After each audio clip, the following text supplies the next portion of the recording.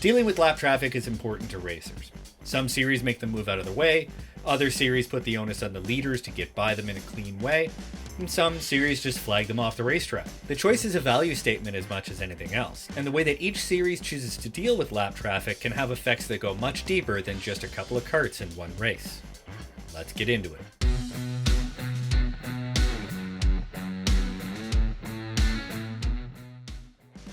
As a race director, lap karts are something that I deal with a couple of times a year when, for whatever reason, a lap kart has affected the finish of a race. Usually, somebody is very passionate that they shouldn't have been there in the first place, or they should have gotten away or done something different. But are they right? NASCAR and IndyCar let lap drivers race the leaders just as hard as they want.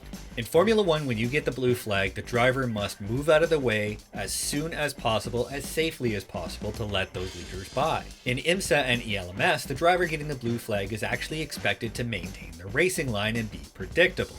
That way, the other drivers are responsible for initiating a safe pass. Now, what about karting? The NASCAR and IndyCar version of the blue flag really doesn't make sense in karting. There's no negative implications to somebody's bottom line if they get lapped, and there's really no reason for a lap kart to be racing the leader to stay on the lead lap. Obviously, there's going to be a whole lot of downsides and the risks involved in that kind of thing, so I don't see it being valuable in karting. Now, non-national FIA and kart stars use the multi-class racing style, where the kart getting the blue flag is responsible for maintaining their racing line and being predictable, so that the faster kart can choose where and when to initiate a pass. There's a bunch of upsides here. I mean, first of all drivers get to race their race. I mean, everybody paid for the laps after all. But more than that, it means that leaders have to learn how to deal with lap traffic. Now, dealing with lap traffic is more than just luck. It's a genuine skill involved in judging your closing rate, where you're going to catch them, planning how you're going to make a pass on them without making yourself vulnerable. It also means that if you're not the leader, you're going to have to make all those calculations as well, while trying to figure out how to take advantage of it. And of course, for spectators, I mean, trying to figure out where are they going to catch them, how are they going to deal with it, what's the outcome going to be? I mean, you have genuine entertainment and excitement there. And of course, it puts value in finishing more than just the lead. Finishing further back in the pack is seen as valuable. You're racing your race. Now, obviously, the downside is that sometimes something can go wrong. There can be contact, or worse, there can be a crash. Now, in my experience, it is the exception and not the rule. However, when it does happen, obviously some people are upset.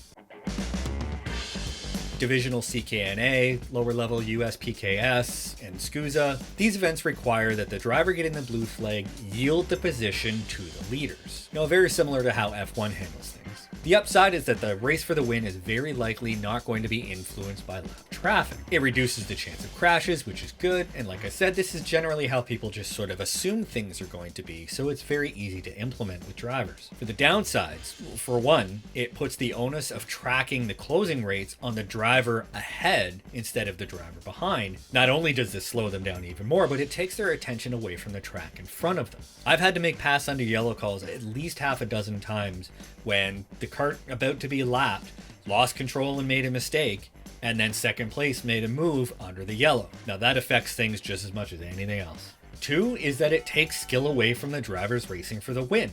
Learning how to understand traffic and how to make passes under circumstances where you also have to be defensive, those are great skills to have.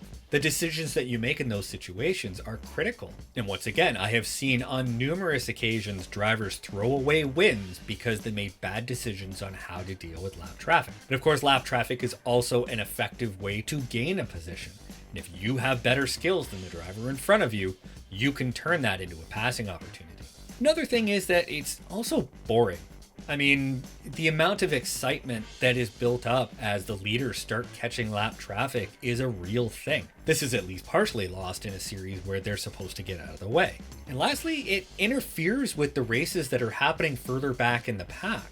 Just because you're racing for 20th place doesn't mean that it doesn't mean something to that driver. I mean, imagine that you've been racing all race against somebody, you finally got the upper hand, you see the blue flag, you move over like you're supposed to, and you watch that driver just follow the leaders right on by. Yes, the race win is the thing that everybody wants, but it doesn't mean that racing further back in the pack shouldn't matter.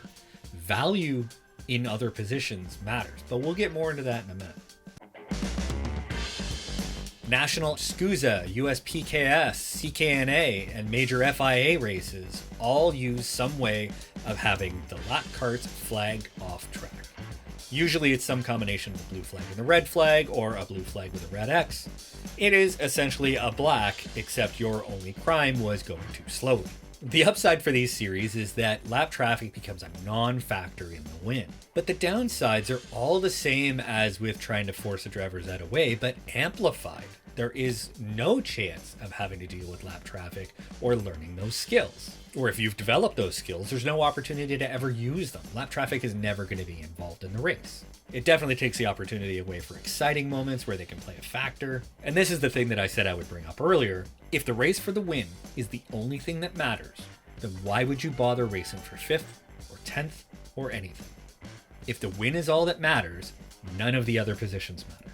Now, why would a potential fan ever invest in a driver who isn't in direct contention? Why would a potential competitor want to go there if they know that they can't compete for the win? Now, you can say that all those are major series and they're doing great numbers, and for the most part they are, but it doesn't mean that they're maximizing what they have. And my best example is Formula 1. Something that F1 does better than any other series on Earth is communicate the value of every position on the racetrack. Not being last for one team is just as big as a win for another team.